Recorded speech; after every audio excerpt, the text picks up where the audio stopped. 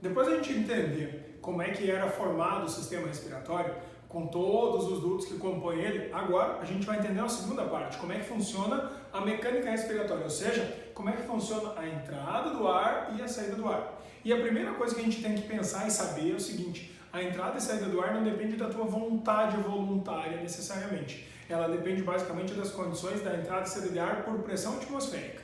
Então, assim, só para simplificar, na verdade, o nosso sistema respiratório está preso dentro de toda essa caixa torácica, que começa assim em cima, né, na parte da cintura escapular, onde a gente vai ter a parte toda, né, da clavícula e tal, então nesse pedacinho aqui, e daqui até o final das costelas. Sendo assim, vamos supor que isso aqui é a parte do nosso externo, aqui está a clavícula, e então nós vamos ter a formação toda da caixa torácica, com costelas,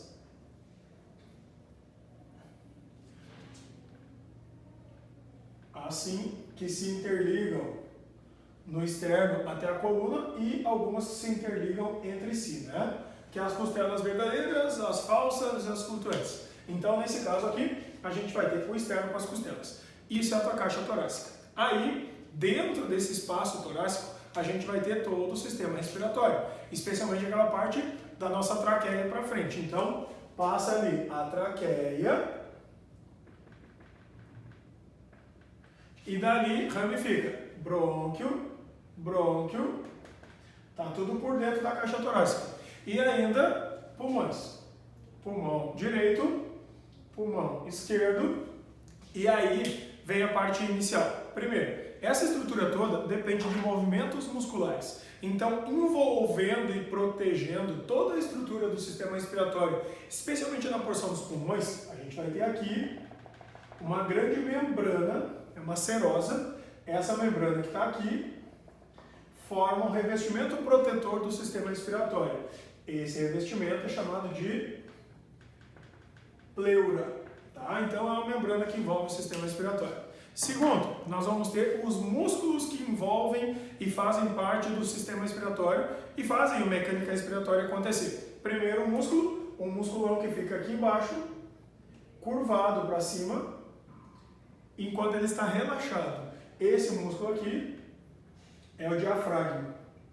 Isso aqui é uma característica típica de mamíferos, ter diafragma, certo? Aí, nós temos um segundo grupo muscular além do diafragma, que são os que estão entre as costelas e nas costas, chamados de músculos intercostais. Então, o que acaba acontecendo é que aqui entre as costelas, ó, existe uma série de músculos, tanto na parte do peito quanto na parte das costas. Então, estão aqui os intercostais, certo? Então, o que acaba acontecendo? Ou intercostelares. Nesse caso, o que acaba acontecendo? Basicamente depende da mudança na contração e relaxamento desses músculos para que o ar possa entrar ou sair. Então, a gente deve lembrar o seguinte: existem dois movimentos respiratórios. O movimento de inspiração, que é quando tu inala o ar, e o segundo movimento de expiração, que é quando tu exala o ar. Então, primeira coisinha, movimento de inspiração, que é quando a gente inala, que é quando o ar entra. Então, primeiro pedaço, o ar entra. Quando, na verdade, a gente vai fazer o ar entrar, basicamente o que nós estamos criando é uma diferença de pressão entre a atmosfera e o lado interno do pulmão. Então, a pressão atmosférica, para que ela possa empurrar o ar para dentro, ela tem que ser maior. Então, pressão atmosférica sendo maior do que a pressão interna do pulmão. Quando acontece isso, o ar entra. Se acontecer isso aí, então o ar está sendo soprado de fora para dentro. Quando acontece isso, então o diafragma que estava assim curvado para cima, quando ele contrai, então é o primeiro evento que vai acontecer, contrai o diafragma. Quando ele contrai, vamos botar aqui, ele baixa. Isso é uma coisa que o pessoal confunde muito. Por quê? Porque na verdade parece que quando ele está para cima é que ele está contraído. Na verdade ele está relaxado para cima. Quando ele descer, aí ele vai abrir o espaço interno da caixa torácica. Segunda coisa que vai acontecer. Esses músculozinhos aqui, os intercostais, especialmente a parte dos externos, tu vai ter que fazer assim, ó. e vai curvar, e eles vão separar as costelas, então eles abrem, tá? Então aqui, ó, os intercostais,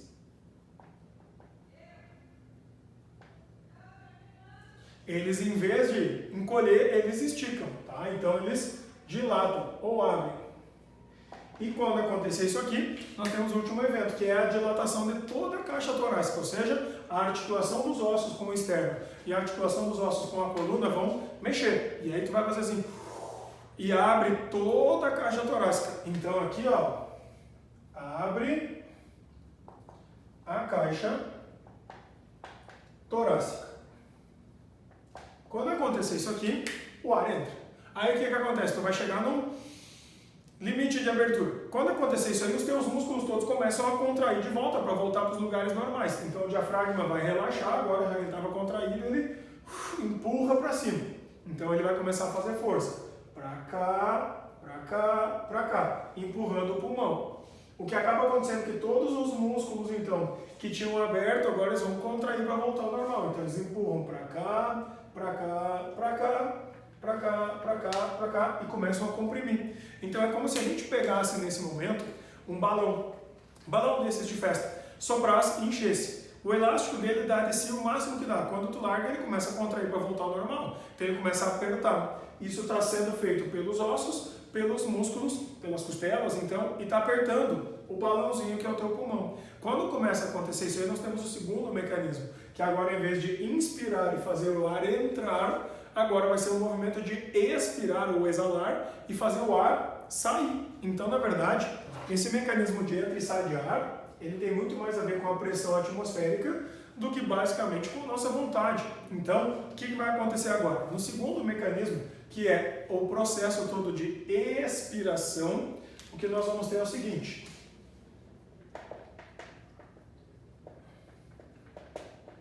Na expiração, em vez do ar entrar, agora o ar sai. Então, esse ar que vai sair a partir de agora, ele vai contar com uma pressão atmosférica que vai ser menor do que a pressão interna. Por quê? Porque agora todos os músculos e ossos estão apertando o pulmão, e o pulmão sendo apertado, ele vai fazer assim, soprar o ar para fora. Então, agora, menor do que a pressão interna dos pulmões. Quando acontece esse tipo de coisa, aí o ar vai embora. Quando ocorre esse tipo de coisa, então tudo aquilo que tinha ocorrido para que o ar pudesse entrar vai ser desfeito. Então, se contrair o diafragma, agora relaxa o diafragma.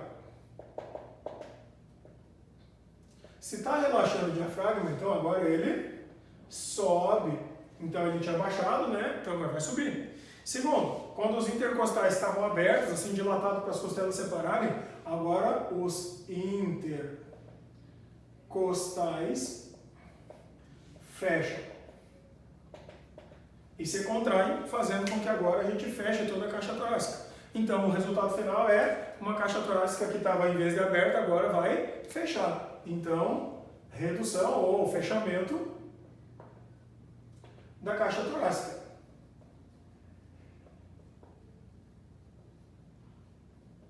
Então, quando acontece esse tipo de coisa aqui, esse fechamento da caixa torácica, ele vai comprimir o pulmão e essa compressão sobre o pulmão vai expulsar o ar dali para fora. Então, basicamente, o que vai acontecer para te entrar ou sair o ar, ficar entrando e saindo, é nada mais, nada menos do que mudança de pressão.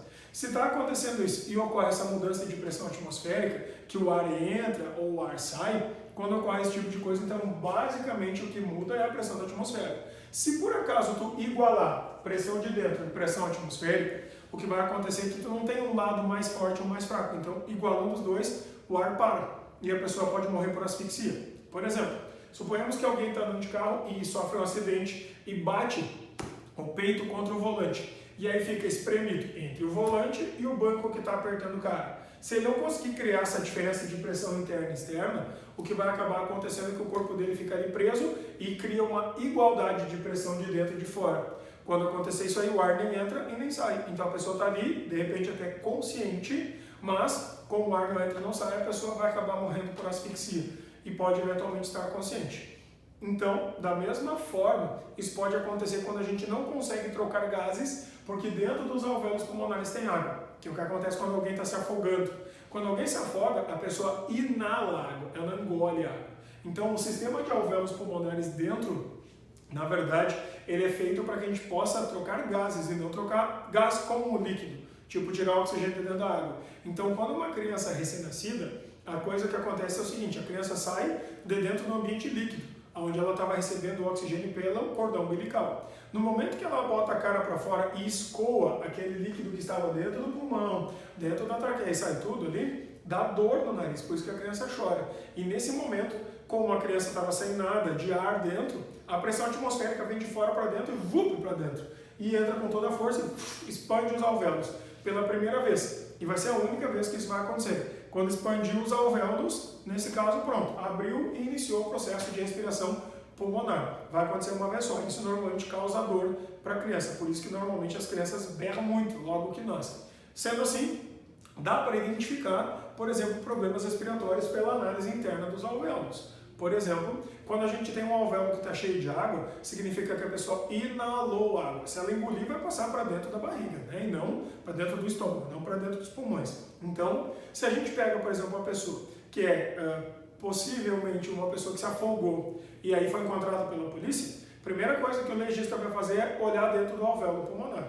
Se o alvéolo pulmonar estiver cheio de água, é afogamento, não tenha dúvida. Só que aí, se a constituição química da água encontrada dentro do alvéolo é diferente da constituição química do lugar, da água do rio, do mar, onde essa pessoa foi encontrada, significa que ela se afogou, mas não foi ali. Ou seja, afogaram ela em outro lugar e jogaram lá para dentro para forjar o afogamento. Então, normalmente os legistas vão ter que fazer esse tipo de coisa.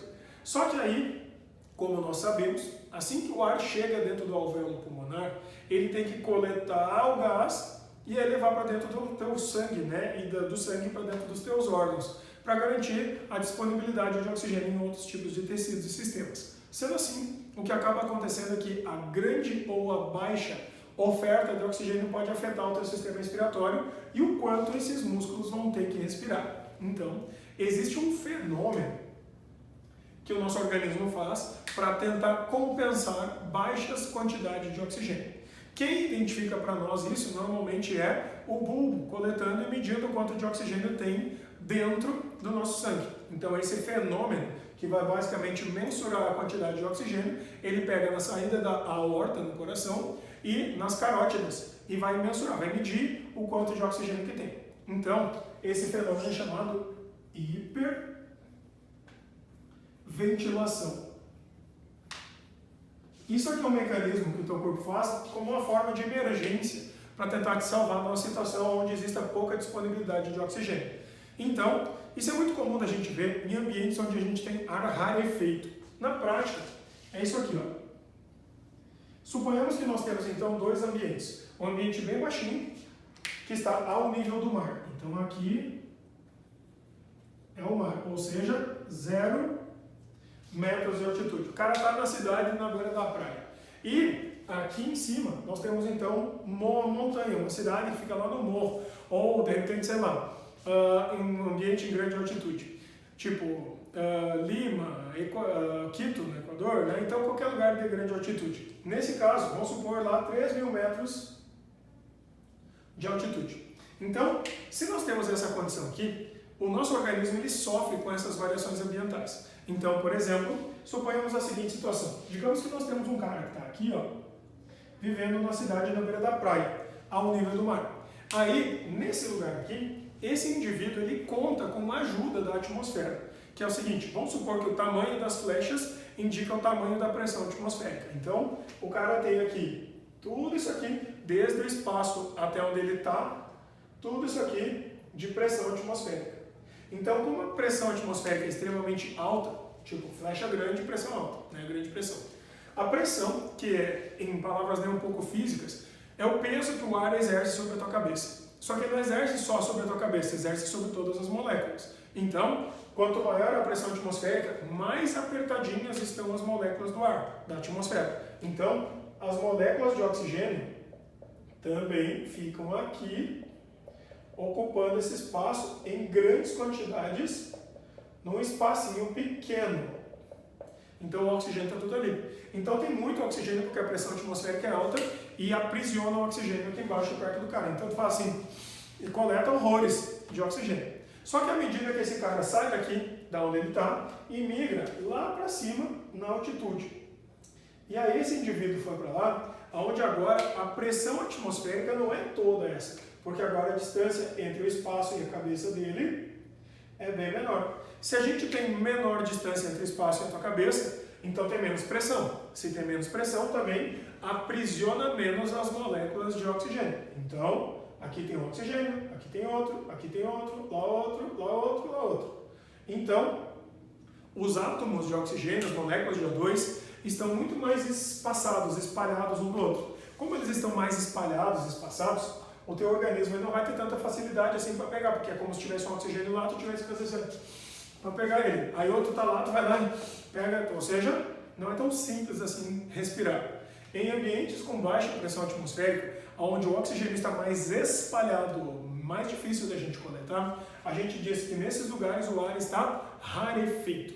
A rarefação do ar tem a ver diretamente, então, com a pressão atmosférica. Só que, lógico, tu depende de uma quantidade X de oxigênio para te respirar normalmente. Se falta isso, o teu corpo vai tentar dar um jeito de reverter essa situação. Então, nesses casos de fenômenos de mudança de altitude muito rápido, o que teu corpo faz? Ele vai ter que inspirar mais. Então, ele vai ter que fazer maior número de vezes e com mais velocidade, esse sobe e desce do diafragma, essa mudança do tórax, e como teus músculos começam a trabalhar mais, o teu coração começa a acelerar a passagem do sangue ali por dentro dos pulmões, fazendo com que a pessoa canse muito mais rápido. Então, tu vai caminhar 2 quadras e vai tomar uma canseira. Por quê? Porque o teu corpo tem que agilizar a respiração e a circulação para compensar a falta de oxigênio.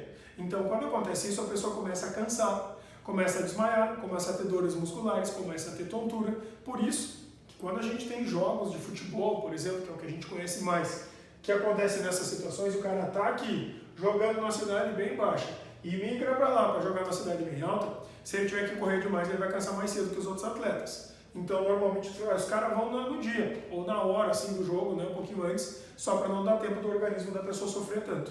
Então, a médio e longo prazo, o que o teu corpo vai fazer nesse fenômeno de hiperventilação, que é tentar fazer a respiração mais rápida, onde a pessoa fica ofegante, o teu corpo começa a tentar reverter essa situação da seguinte forma. Ele começa a aumentar a quantidade de hemácias. Então a medula óssea da pessoa começa a trabalhar muito mais para ampliar a quantidade de hemácias, começa a aumentar a fabricação de hemoglobina. Aí o que acaba acontecendo é que a tua capacidade de transportar oxigênio fica amplificada também, só que isso não acontece da noite para o dia. Demora um tempinho, né? Tipo algumas semanas, de repente até meses. Sendo assim, o que acaba acontecendo é que uma pessoa que já vive, já mora em lugares de grande altitude, são pessoas que já têm mais hemácias e já têm muito mais hemoglobina do que uma pessoa que vive em lugares mais baixos. Sendo assim, o que vai acabar acontecendo? Esta pessoa ela tem uma capacidade de transporte de oxigênio muito maior do que uma pessoa que vive em lugares mais baixos. Então, isso aqui acontece para amplificar o transporte de oxigênio. No fenômeno de hiperventilação, a pessoa começa a ficar ofegante, começa a respirar de forma cansada, e aí quando acontece esse tipo de coisa, o corpo começa a tentar acelerar isso aqui. Como não vai conseguir fazer de uma hora para outra, é normal que a pessoa desmaie. Sendo assim, se a gente tiver uma pessoa que vai precisar gastar mais oxigênio que o normal, por exemplo, um atleta de ponta, um atleta de alto rendimento, já é normal que eles já morem em lugares mais elevados, onde eles possam então trabalhar, treinar naquele lugar com muito mais frequência, e aí o corpo deles, com o passar do tempo, vai ter aumentado as hemácias e aumentado a hemoglobina. Qual é a vantagem disso? A vantagem é que quando ele vier correr, jogar, lutar em ambientes mais baixos, o corpo dele tem muito mais hemácia e mais hemoglobina que o normal, então ele consegue transportar oxigênio melhor, fazer mais atividade física, cansando menos, gastando menos oxigênio. Então é normal, por exemplo, que um time de futebol que é de uma região, de uma cidade de grande altitude, que tenha jogadores que vivam lá, quando ele desce para jogar em lugares mais baixos, que normalmente esses atletas desse lugar mais alto corram o jogo inteiro e saem bem menos cansados. Por quê? Porque disponibiliza muito mais oxigênio, fazendo então com que todas as suas células musculares tenham oxigênio de sobra. Então, às vezes é um jogo que mesmo o time lá de cima sendo bem inferior tecnicamente que o time daqui da região mais baixa, ele normalmente corre tanto que acaba tornando o jogo parelho, porque os caras conseguem correr bem, e isso torna eles, então, fisicamente vantajosos em relação aos outros. Mas isso depende basicamente da altitude. Sendo assim, na nossa mecânica respiratória, o que importa basicamente são as mudanças de pressão atmosférica, né, quando tu mudou a pressão, e as mudanças musculares. Tanto é que a pressão atmosférica pode mudar e afetar diretamente quando a gente muda de altitude. E provando, né, deixando claro que existe uma interferência ambiental direta dentro do nosso organismo na parte respiratória. E por consequência, como o coração fica dentro desse espaço aqui, ó, também vai acabar criando uma diferença no sistema circulatório. Só que essa parte toda do sistema circulatório é o nosso assunto da nossa próxima aula.